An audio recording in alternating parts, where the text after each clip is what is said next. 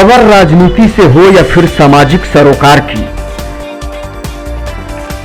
घटना दुर्घटना हो या फिर भ्रष्टाचार का मामला, जनता के मुद्दे और कानून व्यवस्था से जुड़ी हर खबर, गांव से लेकर शहर तक देखिए सच्ची खबर, पक्की खबर सिर्फ बक्सर खबर पर, क्योंकि हम हैं दर्शकों और पाठकों की पहली पसंद। नमस्कार, आप देखना शुरू कर चुके हैं बक्सर खबर डेली बुलेटिन में आपका स्वागत है। न्यूज बुलेटिन के स्पॉन्सर हैं आरके ज्वेलर्स, आकर्षक आभूषणों के विश्वसनीय विक्रेता, यमुना चौक, बक्सर। 7 नवंबर से 15 नवंबर तक बक्सर में आयोजित होगा सांस्कृतिक सनातन महाकुंभ। देश भर से साधु संतों का होगा जुटान। केंद्रीय राज्य मंत्री अश्विनी कुमार चौबे की अध्यक्षता में संपन्न हुई महत्वपूर्ण बैठक। दिल्ली के राजपथ की तरह बक्सर में मृत नहर को विकसित करने की योजना, प्रशासनिक अधिकारियों ने दल बल के साथ किया निरीक्षण। काम पूरा हुआ तो बदल जाएगी नहर की सूरत। धनतेरस को लेकर शहर में सज गई सोने चांदी और बर्तन की दुकानें। अच्छा कारोबार होने का दुकानदारों ने जताई उम्मीद। बाजारों में बढ़ी रौनक। और अभी भी गंगा घाटों का अधिकांश हिस्सा पानी के आगोश में। छठ पर्व को लेकर लोगों की बनी हुई है चिंता। प्रशासन अलर्ट मोड पर, तैयारियों को दिया जा रहा है अंतिम रूप। खबरें विस्तार से के प्रायोजक हैं Allen Solly, P P road, church market, Buxar. Kamdhenu next, नए जमाने की मजबूत सरिया। जिंदल पैंथर सीमेंट एवं सरिया के मुख्य विक्रेता गंगा सागर बिल्डिंग मटेरियल, गोलंबर, बक्सर एवं सिमरी। संपर्क करें नीचे दिए गए इन नंबरों पर। 7 नवंबर से बक्सर में अंतर्राष्ट्रीय संत समागम सह श्री बामनेश्वर श्री राम कर्मभूमि तीर्थ क्षेत्र महाकुंभ का आयोजन होने जा रहा है। इसके लिए आयोजन समिति ने महत्वपूर्ण बैठक गुरुवार को संपन्न की, जिसकी अध्यक्षता स्थानीय सांसद सह केंद्रीय राज्य मंत्री अश्विनी कुमार चौबे ने किया। उन्होंने ध्वज दिखाकर प्रचार रथ को भी रवाना किया। इन रथों पर श्री राम कर्मभूमि न्यास सिद्धाश्रम के सदस्य मौजूद रहेंगे, जो लोगों को आयोजन के लिए आमंत्रित करेंगे। 7 नवंबर से 15 नवंबर 2022 तक अहिरौली सरस्वती विद्या मंदिर के निकट यह आयोजन होना है। बैठक में संसदीय क्षेत्र के विभिन्न विधानसभा क्षेत्रों से आए सामाजिक, आध्यात्मिक और सांस्कृतिक संगठनों के प्रतिनिधियों ने हिस्सा लिया। 2 दर्जन से अधिक कमेटियों की भी घोषणा की गई। सदस्यों के मुताबिक समागम के लिए बड़ी संख्या में देश के विभिन्न क्षेत्रों से साधु संतों को आमंत्रित किया गया है, जिन्होंने आमंत्रण भी स्वीकार कर लिया है। इसके अलावा प्रसिद्ध गायक कैलाश खेर सांस्कृतिक कार्यक्रम भी प्रस्तुत करेंगे। बक्सर में 9 दिनों तक चलने वाले उत्सव में भव्य सनातन समागम को देखने को मिलेगा, जिसमें श्री राम कथा, श्री भागवत कथा, सांस्कृतिक कार्यक्रम, हवन यज्ञ एवं पूजन होगा। भगवान श्री राम के ननिहाल ससुराल माता सबरी स्थल से भी प्रतिनिधि आएंगे। समागम स्थल निरीक्षण के दौरान जिला प्रशासन एवं पुलिस के अधिकारी भी मौजूद रहे।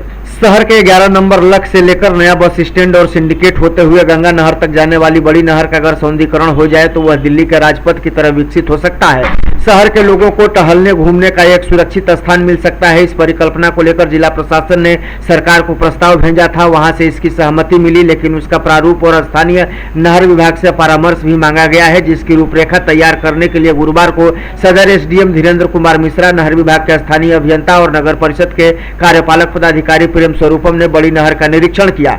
यह नहर का वह हिस्सा है जिसे मृत नहर भी कहा जाता है। इस बाबत पूछे जाने पर सदर एसडीओ ने बताया कि किसी भी सिंचाई के पुराने अथवा नए स्रोतों को स्वरूप को नष्ट नहीं किया जा सकता। इसका निर्देश पूर्व से ही न्यायालय ने दे रखा है। ऐसे में पुरानी नहर का वो हिस्सा जिसमें पानी नहीं आता, उसका पुराना स्वरूप बना रहे और उसके दोनों तरफ ईंट बिछाकर, पौधे तथा लाइट लगाकर और अंदर के हिस्से का सौंदर्यीकरण कर विकसित किया जा सकता है। इसी सोच के साथ जिला प्रशासन ने पहल शुरू की है। इस शहर में वैसे भी भूमि की कमी है, लोगों के पास सुबह टहलने या सुबह शाम बैठने के लिए कोई आकर्षक जगह नहीं है। उस कमी को पूरा करने के लिए हम लोग कार्य कर रहे हैं।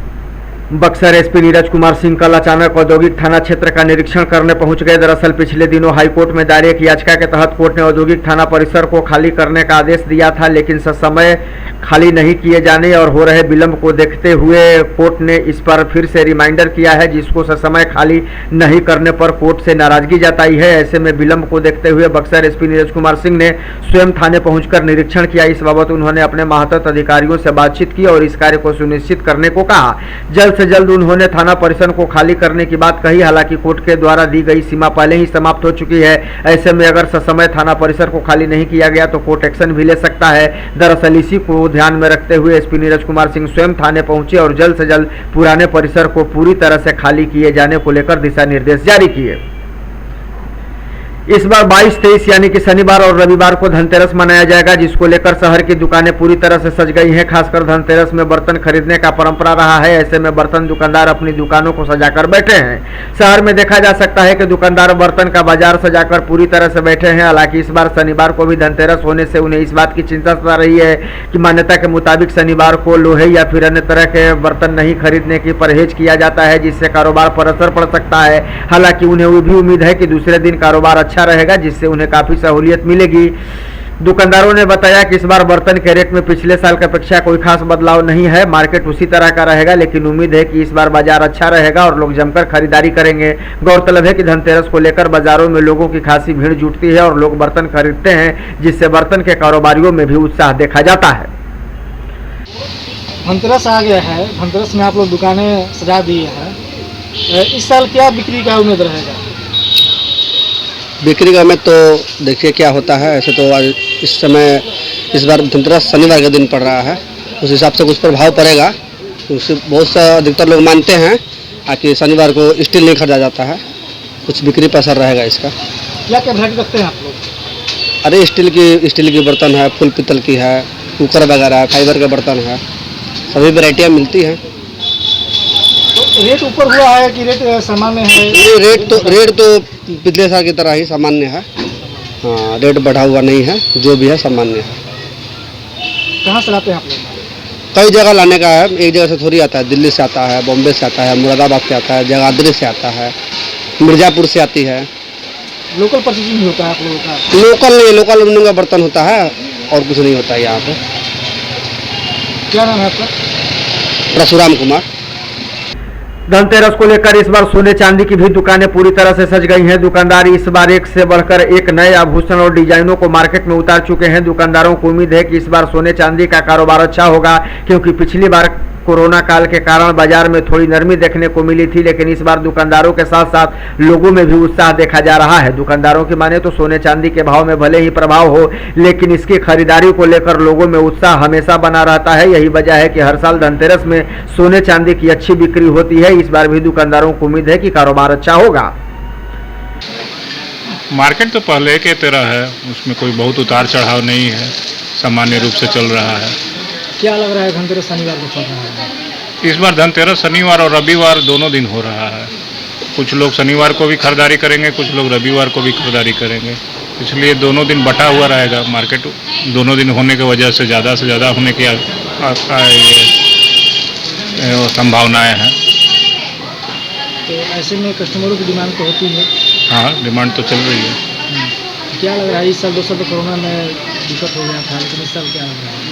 नहीं, दिक्कत तो कोरोना में है, लेकिन सोने के प्रति लोगों का रुझान हमेशा से है और हमेशा से ही रहेगा, और इसलिए इस पर कोई बहुत प्रभाव नहीं पड़ता है। हमेशा बिक्री अच्छी थी, अभी इस बार भी अच्छी होने की ही उम्मीद है।